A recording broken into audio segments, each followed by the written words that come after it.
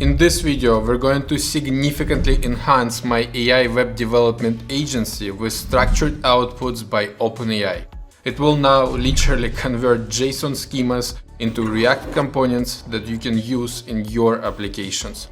It will be a live long-form tutorial where I will walk you through my entire process from start to finish. So get comfortable and let's dive in.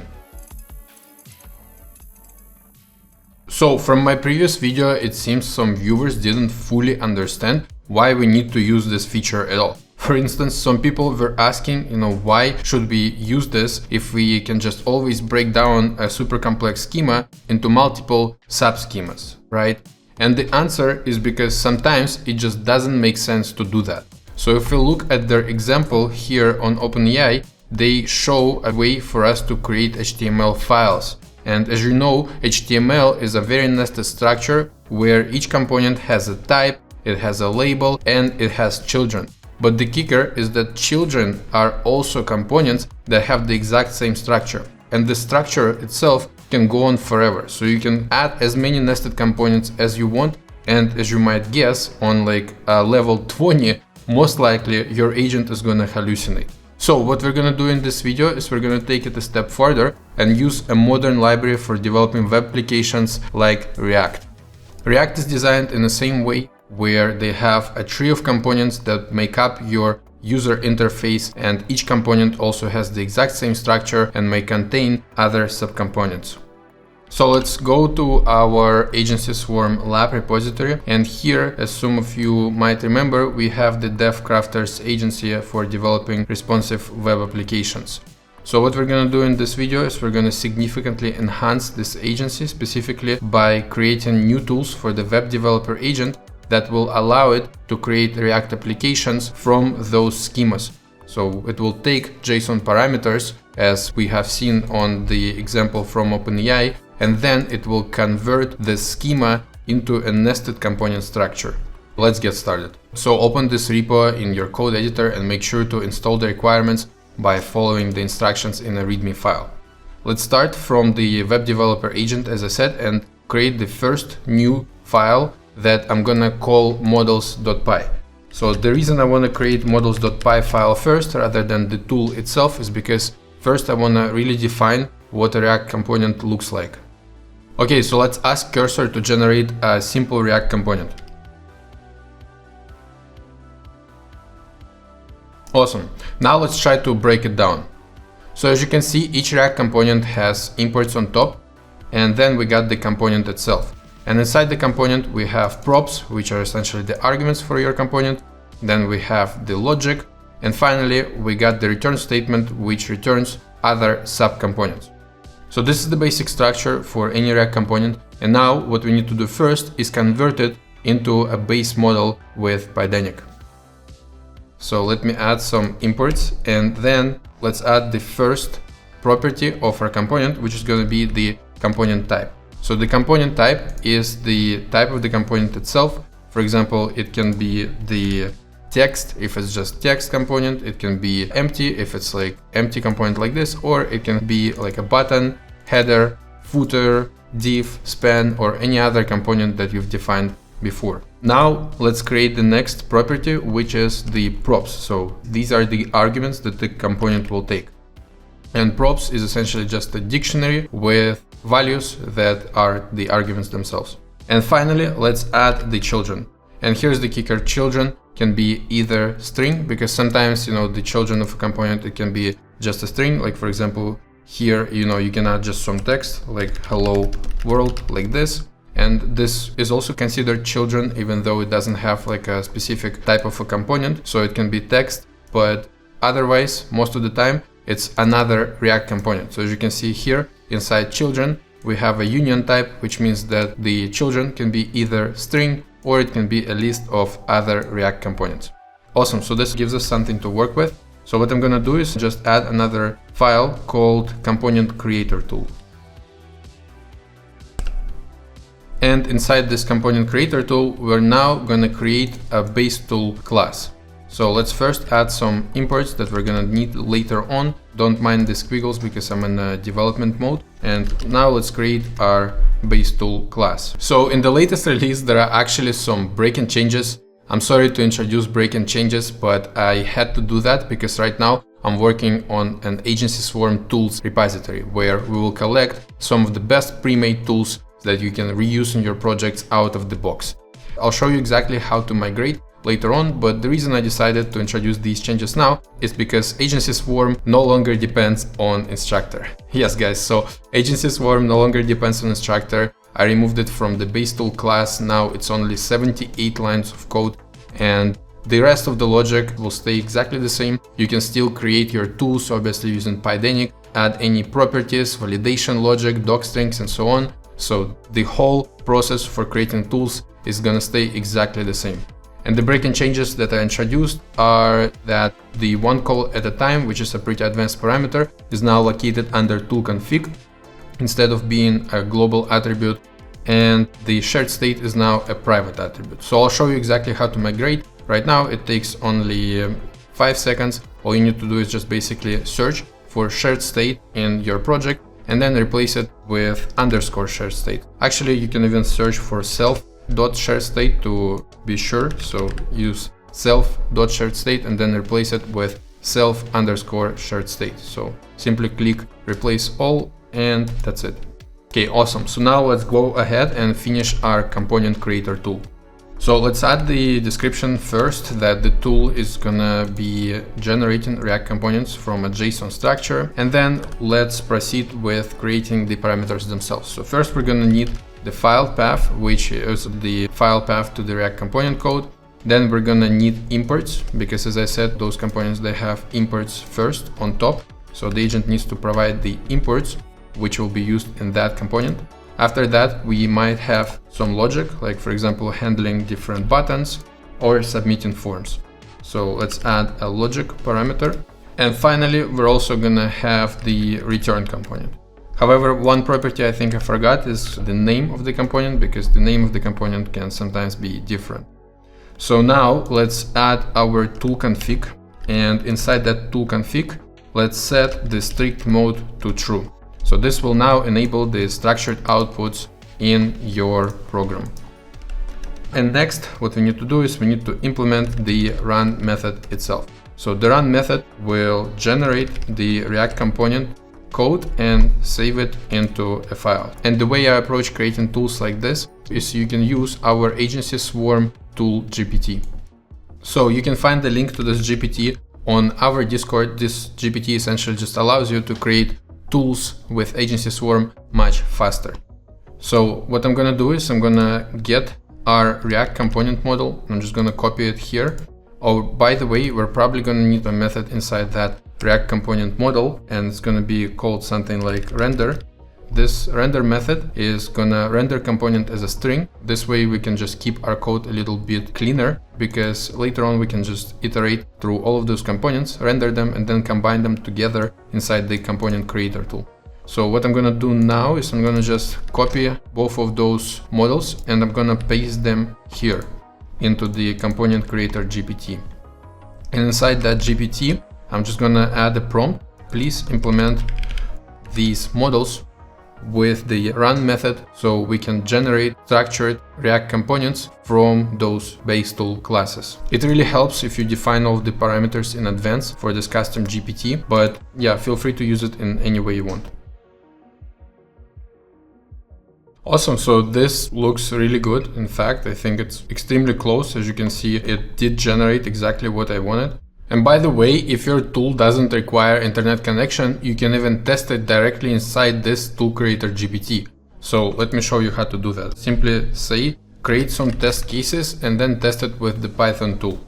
Awesome, so then it uses the analysis tool, and as you can see, it can now run this file in the remote environment. However, it seems like model validator is not defined because it didn't add all of the imports.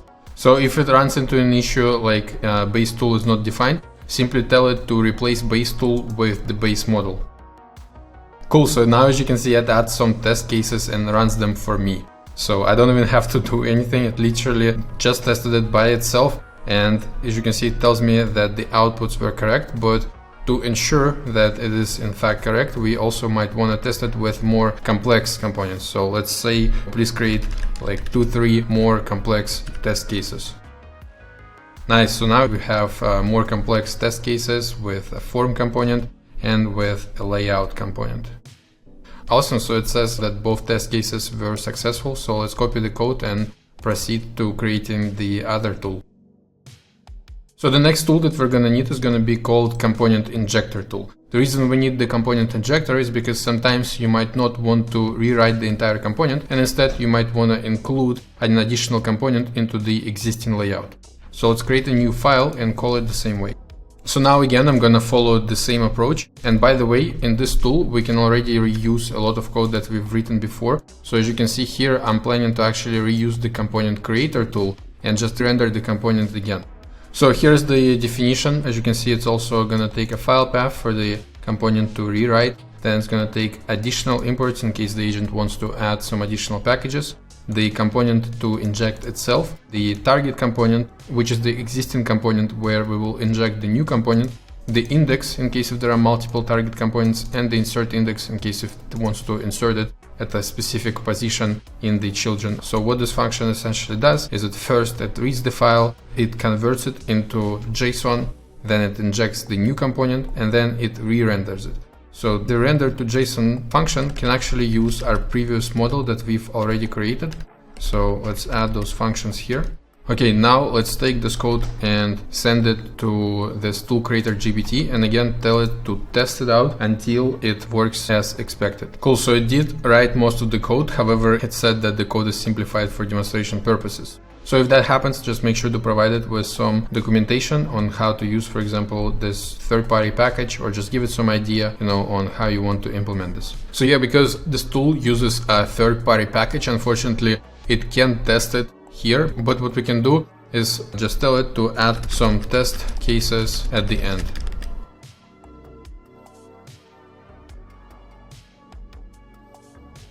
Cool, so let's copy this code and now we can test it manually. So I didn't really implement the parse j6 to JSON function, so let me just do it manually. Basically my idea was to run like a Node.js script inside this function.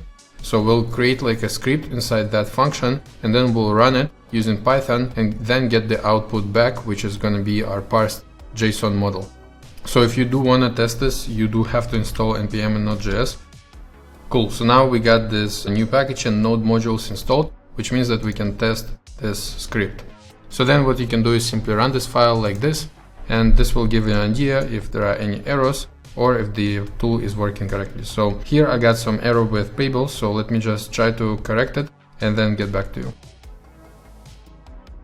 So it seems like the error was because I didn't install some of the other necessary npm packages. So you can just ask cursor like this, what packages do I need to install to run this? And it's gonna give me the command. So now I can just copy this and run this again. Okay, so finally I finished the component injector tool. It took me much longer than I expected.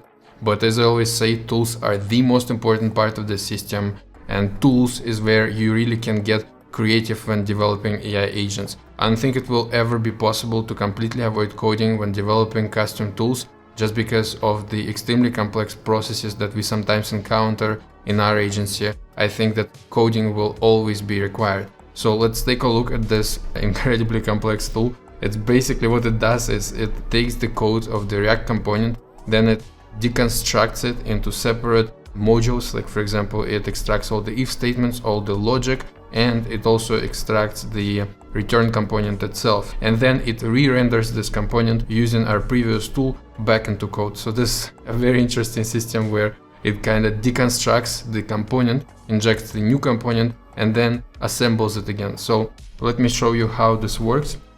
So this is our app.js file. As you can see right now, we have just div, button and a span, and we want to insert another button with a span and a text hello world together. So let's run this file, and now as you can see, our component is indeed changed. So now we do have this new button inserted, this new span, and the hello world text directly inside the component. And it reduces any chances of errors that the agent can make, because again, the agent is not writing open-ended code, the agent follows the predefined JSON structure that we created.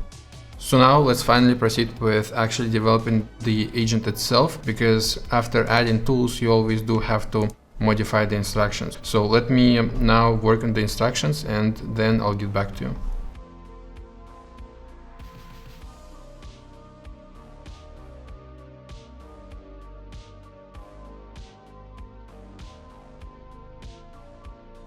Okay, so here are my instructions. When writing the instructions, always think about how you would perform or how would somebody else perform that process. So when, for example, developing websites, what we typically do is, we check the current directory, then we create the application boilerplate code, then we start creating the components, then we inject the components in the website, and we test the website to see if it's built correctly, and then we implement any adjustments based on the build, and then we repeat this process until finally the website is completed and we can send it to the client.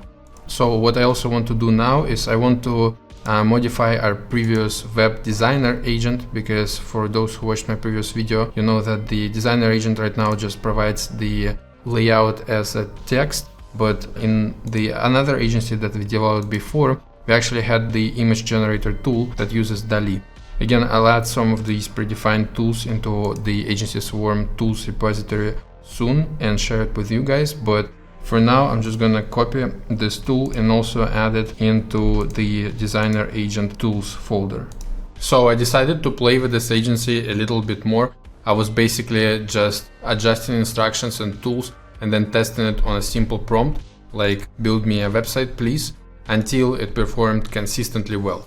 So a cool feature I added is a response validator function inside the designer agent that now allows it to check the current progress of the website. So as you can see here, the agent can now actually get the screenshot of the localhost URL, so it can see what's currently being done on the website and then point out specific issues to the developer. Okay, so now let's run this file and do a complete demo. So for this demo, let me just say that I need a new landing for my AI agency, VRSyn AI, just like I did in my previous video. So first the CEO sends the instructions to the designer agent, and the designer agent then communicates with the copywriter who returns the copy for my website. Next, the designer agent generates images using the new image generator tool that we added and notifies the web developer agent to start the work.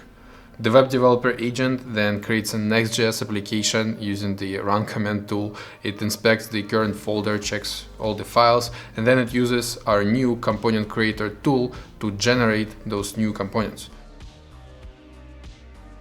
Okay, so after, as you can see, the generation is completed, it starts the development server, which allows the designer agent to review the website as it's being developed, as I mentioned before. So the designer agent then checks the website, it checks the screenshot of the current web page, and then it instructs the web developer agent to address any missing components. It also even generates additional missing images for the testimonial sections because the developer agent requested them earlier. So it's really cool how those agents can now collaborate with one another, because the designer can actually check the work provided by the web developer agent. Finally, the website is completed, so let's check it out.